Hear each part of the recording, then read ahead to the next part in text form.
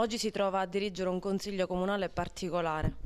Sì, è un'esperienza. I ragazzi della scuola Pirandello vengono a trovarci nella sala del Consiglio Comunale, nella loro sala, perché questa è la sala della città, e vengono a portare proposte, vengono a fare domande, perché è giusto che fin da questa età ci possa essere un'adeguata percezione delle istituzioni per partecipare in modo maturo alla convivenza civile e democratica che in questa città deve essere sempre alta. Oggi è qui in una duplice veste, non solo accompagna i suoi alunni, ma lei è anche assessore della città di Porto Empedocle e quindi gli ha un po' mostrato qual è la realtà cittadina. L'obiettivo è proprio questo. Nell'ambito del POF noi abbiamo la tematica generale del nostro POF è l'educazione alla legalità, ed è proprio nell'ambito di questa dell'educazione alla legalità che noi stiamo svolgendo veramente già da un po' di tempo un progetto piuttosto ambizioso. È un progetto che comincia oggi con la prima tappa, che è la visita al comune di Porto Empedocle, e proseguirà poi con la visita delle maggiori istituzioni del nostro territorio.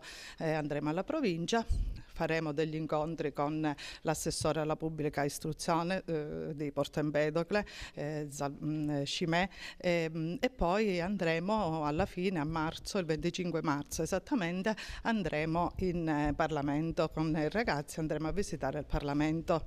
È un modo di educare i ragazzi ad una cittadinanza attiva, di far sì che loro crescano con l'obiettivo di essere parte integrante della società in cui vivono. Quindi la conoscenza delle istituzioni è il punto di partenza.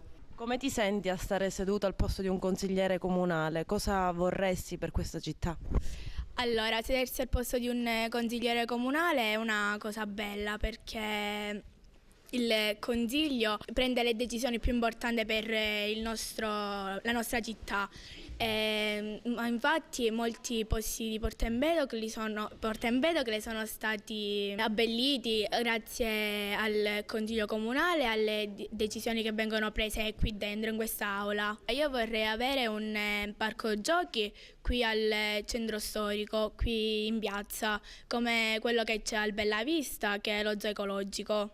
Io vorrei creare delle istituzioni per dare delle opportunità alle famiglie più bisognose che non riescono, ad avere delle possibilità da dare ai figli, per avere dei centri culturali, per darli ai loro figli, dargli un futuro.